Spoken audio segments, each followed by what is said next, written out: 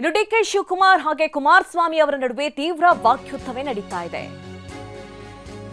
HDK ಕೊಟ್ಟಂತ ಹೇಳಿಕೆಗೆ CM ತಿರುಗೇಟು ಕೊಟ್ಟಿದ್ದಾರೆ. ಸಿಎಂ ಆಗಿದ್ದಕ್ಕೆ ಕೆಲವರು ಕೈ ಹೆಚ್ಚಿಕೊಳ್ತಾ ಇದ್ದಾರೆ ಅನ್ನುವಂತ ಹೇಳಿಕೆ. ಅದಕ್ಕೆ ಕೇವಲ ಕೈ ಹೆಚ್ಚಿಕೊಳ್ತಾ ಇರೋದಾ, ಹೊಟ್ಟೆ ಉರ್ಕೊಳ್ತಾ ಇಲ್ವಾ ಅಂತ ಪ್ರಶ್ನೆ ಮಾಡಿದ್ದಾರೆ ಸಿಎಂ ಡಿಕೆ ಶಿವಕುಮಾರ್.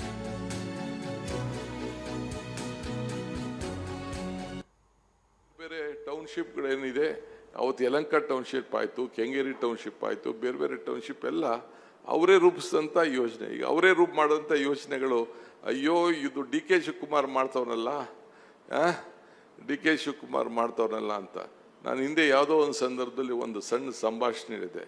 ಅಕ್ಬರ್ಗೂ ಬೀರ್ಬಲ್ಗೂ ದೊಡ್ಡ ವಿಚಾರದಲ್ಲಿ ಎಲ್ಲ ಮಂತ್ರಿಗಳೆಲ್ಲ ಸೇರಿ ಜಗಳ ಮಾಡ್ತಿರಂತೆ. ಏನು ಎಲ್ಲ ಟೈಮಲ್ಲೂ ಬೀರ್ಬಲ್ನೇ ಕರಿತಾ ಇದ್ದೀರಲ್ಲ, ನಾವು ಮಂತ್ರಿಗಳಿದ್ದೀವಲ್ಲ ನಮ್ಮನ್ನು ಕೇಳಿ ನೀವು ಅಂತ ಕೇಳ್ತಿರಂತೆ. ಆಯ್ತಪ್ಪ, ಒಂದು ಕೆಲಸ ಮಾಡು, ಒಂದು ಪ್ರಶ್ನೆ ನಿಮಗೆಲ್ಲ ಹೇಳ್ತೀನಿ, ಅದಕ್ಕೆ ಉತ್ತರ ಕೊಡಿ ಅಂತ ಕೇಳರಂತೆ.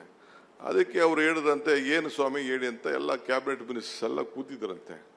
ಆಯ್ತು ಕಣಯ್ಯ, ಅಂಗೈಲಿ ಯಾಕೆ ಕೂದಲಿಲ್ಲ ಅಂತ ಕೇಳಿದ್ರಂತೆ. ಈ ಅಂಗೈಲಿ ಯಾಕೆ ಕೂದಲಿಲ್ಲ ಅಂತ ಕೇಳಿದ್ರು.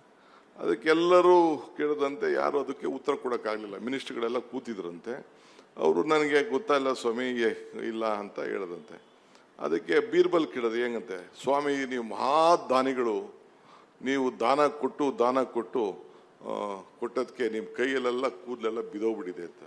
ಸರಿ, ನಾನು ದಾನ ಕೊಟ್ಟಿದ್ದೀನಿ ನನ್ನ ಕಣಯ್ಯ, ನಿನ್ನ ಕೈಯಲ್ಲೂ ಕೂದಲಿಲ್ವಲ್ಲ ಅಂತಂದ್ರೆ, ನಾನು ಅದನ್ನು ಈಸ್ಕೊಂಡು ನನ್ನ ಕೈಯಲ್ಲಿ ಕೂದಲಿಲ್ಲ ಅಂತ ಅವನು ಹೇಳೋದಂತೆ.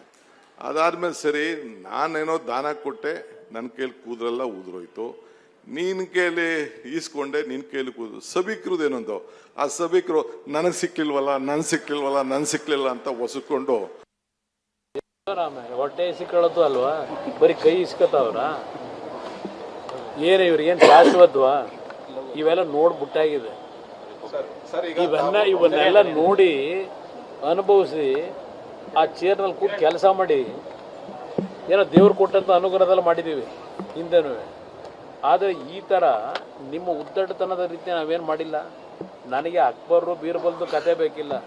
ಇವತ್ತು ರಾಜ್ಯದ ಜನತೆ ಕತೆ ಏನು ಅಂತ ಹೇಳಿ, ರಾಜ್ಯದ ಜನತೆ ಕತೆ ಹೇಳಿದ್ರೆ ಒಪ್ಕೋತೀನಪ್ಪ. ಇವತ್ತು ಬೆಳಗ್ಗೆ ಪತ್ರಿಕೆ ತೆಗೆದ್ರೆ 3 ಜನ ಆತ್ಮಹತ್ಯೆ ಮಾಡ್ಕೊಂಡವ್ರು ರೈತರು.